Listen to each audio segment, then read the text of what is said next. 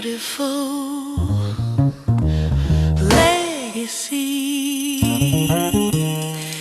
Every line, every curve leaves a trace of who we were.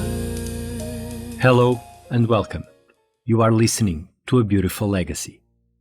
I'm your host, Tiago Pinto, and this is your short moment to look at the objects, the systems, and the ideas that shaped how we live, shop, work, and move. In this chapter, we are starting with the work, because sometimes legacy is compressed into one object, one room, one system. A kitchen seems ordinary, almost invisible, but ordinary spaces often carry the strongest design ideas, because they shaped behavior every day, quietly, repeatedly, until a plan becomes a habit, and a habit becomes a way of living. That's where the legacy of this room begins today. Today, we look at the Frankfurt Kitchen. Designed in the 1920s by the Austrian architect Margarete Schütte-Lihotzky, it was not created as decoration. It was created to make domestic work more efficient. It treated cooking as a process. It studied movement, reach, storage, sequence, hygiene, and time. And its question still matters. What happens when design turns daily life into a system? Beautiful legacy. Every line, every curve leaves a trace of who we were. Before the Frankfurt Kitchen, many kitchens were improvised spaces. The kitchen was a place of labor, but not always a place designed around labor. For many households, domestic work was constant and physically demanding. Cooking, cleaning, carrying water, managing fuel, storing food, and preparing meals required time and movement. But this labor was rarely treated as something worthy of architectural intelligence. The Frankfurt Kitchen challenged that. It proposed that domestic space deserved the same analytical attention as industrial spaces. If design could reduce unnecessary movement in a factory, why not in a kitchen? It did not begin with style. It began with the work itself.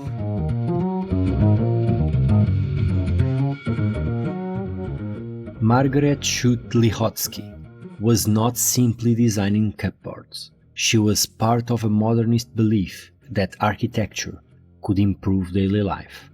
Born in Vienna in 1897, she became one of the first women to study architecture in Austria.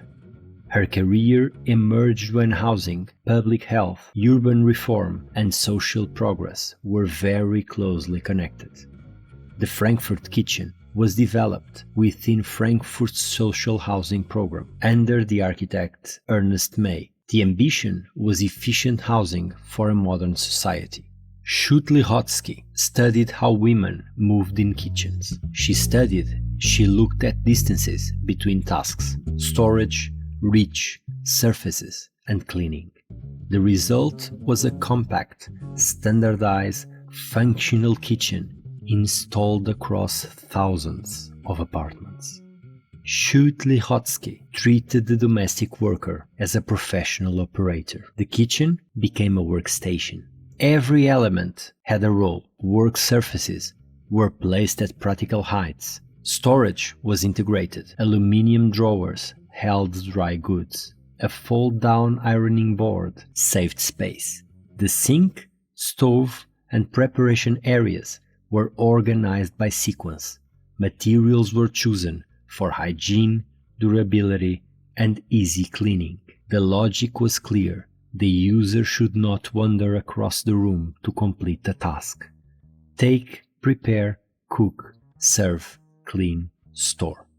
The fitted cabinets, the organized work triangle, the connection between storage, preparation, cooking, and washing, the expectation that the kitchen should be planned, not merely furnished.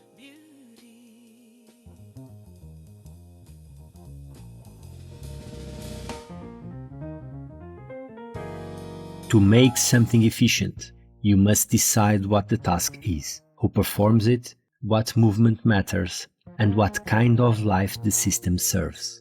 The Frankfurt Kitchen improved domestic work. It reduced unnecessary movement. It made small apartments more functional. It brought intelligence, hygiene, and planning into the home. It was designed mainly around one person working alone in a compact space. On one hand, it recognizes domestic labor as something important enough to be studied, respected, and improved. On the other, it risks making that labor more efficient without fully questioning why it remained so unequal. The Frankfurt Kitchen liberates movement, but not necessarily the person moving. It dignifies domestic work, but it also standardizes it. It makes the kitchen smarter, but it also makes the role of the kitchen more fixed.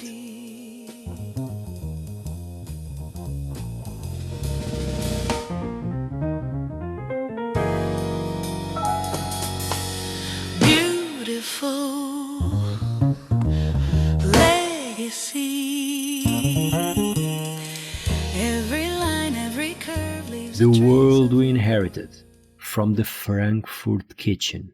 Every time we open a fitted cabinet, every time we stand between sink, hob, and counter, every time we expect storage to be built in, every time we measure a kitchen not by furniture, but by workflow.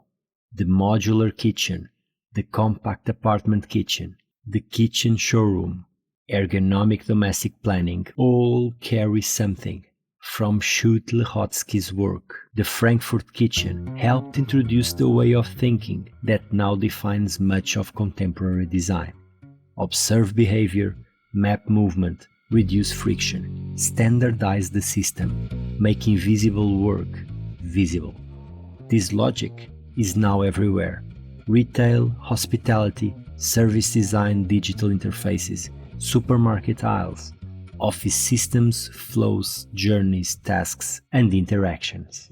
It is an early example of user-centered design before the phrase became common.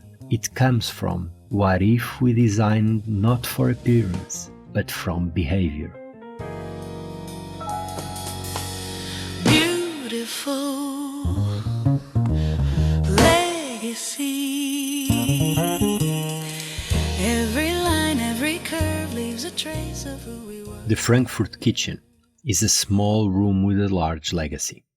It reminds us that design does not need to be monumental to be transformative. Sometimes, the most important design happens at the scale of a hand, the distance between a drawer and a surface, the height of the counter, the reach between a sink and a stove, the steps required to prepare a meal. But ordinary life is where design has its deepest consequences. Margarete Schütte-Lihotzky understood that the home was not outside modernity. It was one of its most important frontiers. She looked at the kitchen and did not see a background space. She saw labor, movement, inefficiency, and a system waiting to be designed. With the Frankfurt Kitchen, she gave the modern home a new grammar. Compact, functional, measured, integrated, repeatable. Its legacy is the belief that daily life can be studied, improved, and shaped through design. The Frankfurt Kitchen turned cooking into a process. It turned the domestic room into a system, and that, truly, is a beautiful legacy. Beautiful legacy.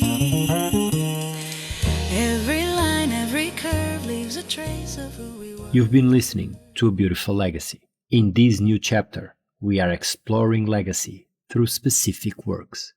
Objects, rooms, systems, graphics, and ideas that change the way we live.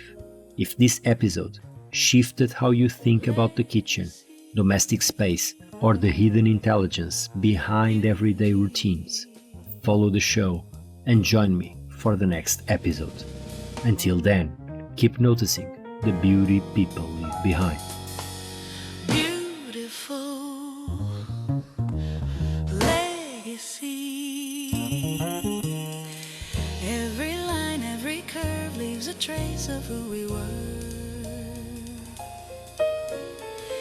In the shape of a chair, in the light on a wall, someone's dream still stands tall. But